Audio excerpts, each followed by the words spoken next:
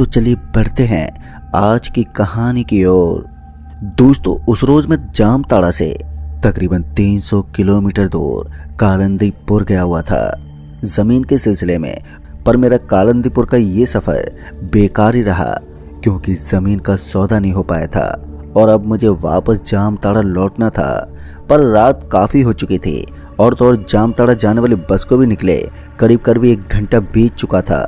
ऐसे में मेरे पास ले दे के एक चारा बच गया था और वो था कि किसी तरह एक रात के लिए सर पर छत का बंदोबस्त करना, वो भी जल्द से जल्द, क्योंकि कालंदीपुर मेरे लिए बिल्कुल नया था। ऐसे में मुझे पता नहीं था कि यहाँ कोई सराय या रैन बसेरा है भी या नहीं। लिहाजा जब मैंने कालंदीपुर के लोगों से सराय के बारे में पूछा तो सब ने यही कहा कि यहाँ ऐसा कुछ भी नहीं है। तमाम लोगों से पूछने के बाद जब निराशा ही हाथ लगी तो मैं सत्ते में आ गया। अभी परेशानी के काले बादलों ने मुझे घेरा ही था कि तभी मदद की बिजली चमकी। दरअसल उसी वक्त जब मैं अपना माथा पकड़े अपनी किस्मत को कोस रहा था कि तभी एक सज्जन ने बताया कि यहाँ ठहरने के लिए जगह तो नहीं है, पर तकरीबन 1.5 किलोमीटर दूर बेलचा स्टेशन है जहाँ से 1 बजे वाली संजीवनी एक्सप्रेस से वापस जामताड़ा जा सकते हो। उस आदमी के सुझाव के चलते मैंने अपना रुख किया बेलचा स्टेशन की ओर और जब मैं बेलचा स्टेशन पहुंचा तो वहां उस वक्त कोई भी मौजूद नहीं था। यहां तक कि टिकट विंडो पर भी कोई स्टेशन कर्मचारी नजर नहीं आ रहा था।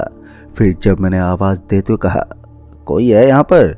मेरे 1-2 बार आवाज़ देने के बाद भीतर से आवाज़ आई, कौन है जो इतनी रात गए चिल्ला रहा है? उस आदमी के जवाब देने के अंदाज से मैं समझ गया कि कोई बड़ा ही ढीठ कर्मचारी है। लिहाजा मैं अपनी आवाज़ को थोड़ी नरमी में लाते हुए बोला, वो सर, मुझे संजीवनी एक्सप्रेस ट्रेन की टिकट चाहिए। अभी मैं उस रेलवे कर्मचारी को अपनी बात ही कह रहा था कि तभी मुझे मेरे पीछे पायल की छम छम सुनाई पड़ी। उस पायल की आवाज़ से ऐसा लगा कि वो मेरे आसपास ही है, पर वो मुझे कहीं भी दिखाई नहीं दी। खैर, मैं उस आवाज़ से ध्यान हटाते हुए उस कर्मचारी से बोला, सर आके टिकट दे देते तो आपकी बड़ी मेहरबानी होती। पर उस ढीठ कर्मचारी के ऊपर मेरी विनती और मेरी नरमी का कोई असर ही नहीं हुआ। उल्टा उसने बड़े ही रूखे स्वर में कहा, तुम पागल हो क्या? तुम्हें पता नहीं कि संजीवनी एक्सप्रेस ट्रेन का यहाँ स्टॉपेज नहीं है, चले जाओ यहाँ से। अब उसके ये कहते ही कि संजीवनी एक्सप्रेस ट्रेन का स्टॉपेज नहीं है यहाँ पर, ये तो सुनकर मैं चौंक गया। अगर सच में ऐसा है तो फिर उस आदमी ने मुझसे ये झूठ क्यों बोला? खैर, उस वक्त मुझे कुछ समझ में तो नहीं आया, पर कुछ और सोचने के बाद मैंने फैसला किया कि ये रात मैं इसी बेलचा स्टेशन पर ही गुजारूंगा। वैसे भी मेरे पास इससे बेहतर कोई दूसरा विकल्प नहीं था। लिहाजा ये फैसला करने के बाद मैं वहीं स्टेशन के एक कोने में लगे बेंच पर जाकर लेट गया। चूंकि स्टेशन काफ़ी बड़ा और खुला था, जिस वजह से वहाँ खुले में बड़ा ही अजीब सा लग रहा था। खैर, मैं किसी तरह अपने आप को उस बेंच पर एडजस्ट कर ही रहा था कि एक बार फिर से मुझे वही पायल की छमछम सुनाई दी। और इस बार जब मैंने अपनी नज़रें घुमाई तो मैंने किसी मोहतरमा को प्लेटफार्म पर चहलकदमी करते हुए देखा। उस मोहतरमा को उस वक्त अकेले वहाँ पर देखकर मैं थोड़ा हैरान था, साथ ही थोड़ा डरा हुआ भी। अभी मैं उस बेंच पर लेटे हुए उस मोहतरमा की ओर ही देख रहा था कि इतने में ही ट्रेन की हॉर्न सुनाई पड़ी। ट्रेन का हॉर्न सुनते ही जब मैंने एक नज़र अपनी कलाई पर बंधी घड़ी में देखा तो रात के 1 बज रहे थे। मतलब कि ये संजीवनी एक्सप्रेस ट्रेन का हॉर्न था जो यहाँ से गुजरने वाली थी। फिर कुछ देर में ट्रेन बड़े धीमी रफ्तार में स्टेशन में दाखिल हुई। ट्रेन की धीमी रफ्तार को देखकर मुझे ऐसा लगा कि ट्रेन यहाँ रुकने वाली है, और हुआ भी कुछ ऐसा ही। ट्रेन स्टेशन में दाखिल होते ही रुक गई। ट्रेन को रुका देख मैं फौरन ही बेंच से उठा और ट्रेन में चढ़ गया। ट्रेन में चढ़ते ही मुझे बहुत ही खुशी हुई क्योंकि मैं स्टेशन पर रात बिताना नहीं चाहता था। लगता है ऊपर वाले को मेरे पर रहम आ गया होगा। खैर, ट्रेन में चढ़ने के बाद जब मैंने बोगी में नजर घुमाई तो मैंने पाया कि सभी सीटों पर मुसाफिर सोए हुए हैं। उस वक्त बोगी में गहरा सन्नाटा था। आखिर रात के 1 बज रहे थे। मैं भी सोने के लिए सीट की तलाश करता हुआ उस बोगी से अगली बोगी में दाखिल हुआ, पर अगली बोगी में तो कुछ ज़्यादा ही भीड़ थी, जिसके चलते मैं उस बोगी से होते हुए और दूसरी बोगी में जा पहुंचा जहां पर भीड़ नहीं थी, और तो और वहां पर एक खाली सीट भी दिखाई दे रही थी। मैं अभी उस सीट की तरफ बढ़ ही रहा था कि तभी सामने से एक आदमी आया और उस सीट पर जाकर लेट गया। शायद ये उसी की सीट थी फिर इसके बाद मैंने सीट की तलाश वहीं पर बंद कर दी। चूंकि उस बोगी में भीड़ कम थी, लिहाजा मैं वहीं उस बोगी के गेट के पास बैठ गया और अभी मैं बैठा ही था कि तभी मेरी नज़र उस मोहतरमा पर पड़ी जिसे मैंने प्लेटफार्म पर चहलकदमी करते हुए देखा था, जो अभी उस बोगी के दूसरे छोर पर खड़ी सो रहे मुसाफिरों को घूर रही थी। फिर जब वो मोहतरमा सोए मुसाफिरों के करीब जाकर उन्हें सूंघने लगी तो मुझे ये बात बहुत ही अजीब लगी। पता नहीं वो सोए हुए हर मुसाफिरों को सूंघ क्यों रही थी। फिर जब वो ऐसे ही मुसाफिरों को सूंघते सूंघते बीच बोगी में जा पहुंची तो मेरी नज़र उसके चेहरे पर पड़ी, जो बहुत ही भयानक था। उसके गाल पर बहुत ही बड़ा चीरा लगा हुआ था, जिसके चलते उसके गाल का वो हिस्सा नीचे को लटक रहा था और उसके पैने और नुकीले दांत साफ साफ नजर आ रहे थे। उसके चेहरे पर नजर पड़ते ही मेरे मन में डर बैठ गया, जिस वजह से मेरा पूरा बदन बेजान हो गया। अब मैं जरा सा भी हिलडुल नहीं पा रहा था। वहीं वो मोहतरमा या कहूँ वो चुड़ैल धीरे धीरे मेरी ओर बढ़ती चली आ रही थी। उस चुड़ैल को अपनी तरफ आता देख मैंने अपनी आंखें बंद कर ली ताकि उसे ये ना पता चल जाए कि मैंने उसे देख लिया है। आंखें बंद करने के बाद मैं अपनी सांसों को नॉर्मल रखने की कोशिश करने लगा और फिर जब वो चुड़ैल मेरे पास आई तो मुझे एहसास हो रहा था कि वो मेरे को सूंघ रही है। उस चुड़ैल से बड़ी ही गंदी बास भी आ रही थी। फिर जब उसने अपना चेहरा मेरे चेहरे के करीब लाया तो मैं डर के मारे कपकपाने लगा, पर मैंने अपनी आंखें नहीं खोली। फिर कुछ देर के बाद मुझे एहसास हुआ कि वो चुड़ैल आगे जा चुकी है, पर मैंने तब भी अपनी आंखें बंदी रखी क्योंकि मैं अभी भी काफ़ी डरा हुआ था। फिर जब कोई ज़ोर से चीखा तो उसके चीख के चलते मेरी आंख खुल गई और मेरी आंख खुलते ही मेरी भी चीख निकल गई। मुझे यकीन नहीं हो रहा था कि जो मैं देख रहा हूँ वो हकीकत है या फिर मेरी आंखों का धोखा। दरअसल जब मेरी आंख खुली तो मैं खुद को एक ऐसी जगह पर बंधा पाया जहाँ चारों तरफ बड़े घने घने पेड़ थे और उन घने पेड़ों के बीच 11 सुरंग बने हुए थे जो एक कतार में थे, और उन 11 सुरंगों में से 5 के आगे 5 लोग बंधे पड़े थे और उन 5 लोगों में से एक मैं भी था।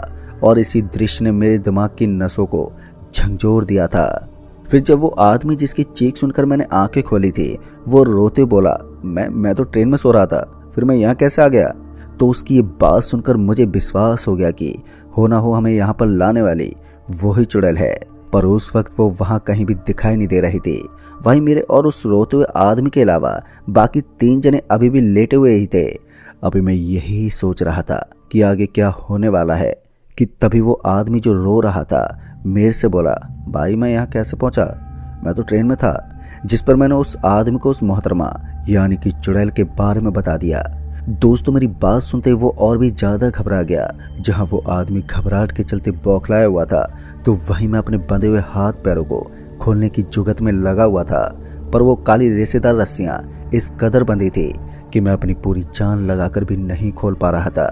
अभी मैं उन रस्सियों को खोलने में लगा था कि तभी उन 11 सुरंगों में से किसी एक में अजीब सी आवाज़ गूंजने लगी। वो आवाज़ सुनकर ऐसा लग रहा था कि कोई बाहर आ रहा है।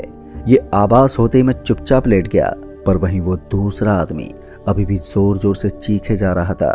तभी एक सुरंग से कुछ बिजली के तेजी के साथ निकला और उस आदमी को खींचते हुए उसी सुरंग में लेकर चला गया, जिसके बाद वहां गहरी खामोशी पसर गई।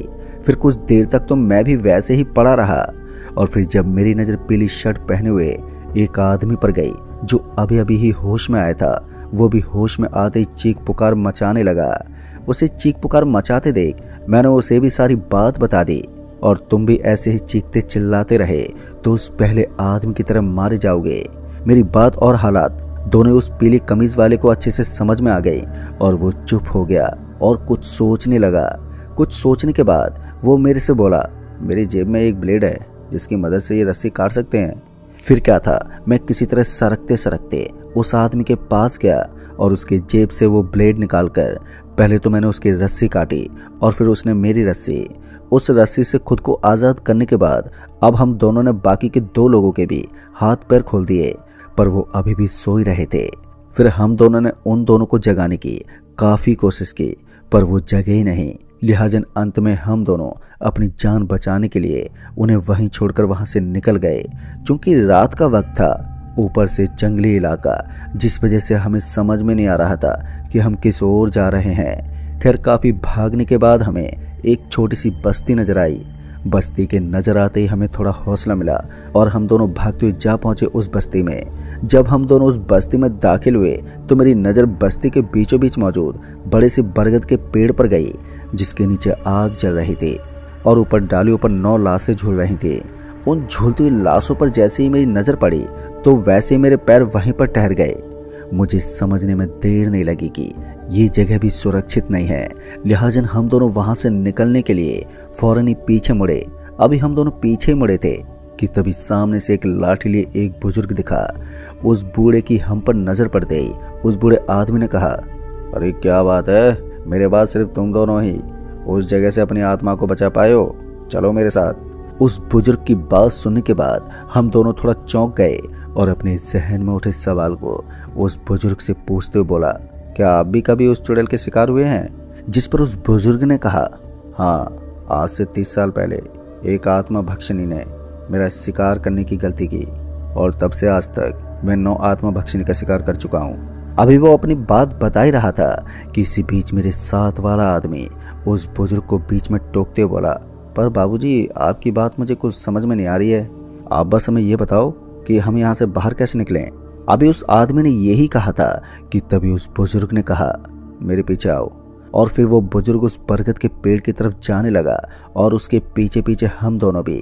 फिर जब वो बुजुर्ग उस बरगद के पेड़ के नीचे पहुंचा जिसकी डालियों से लाशें झूल रही थी, तो उस बुजुर्ग ने उस झूल रही लाशों की तरफ इशारा करते हुए कहा, इन्हें पहचाना तुमने?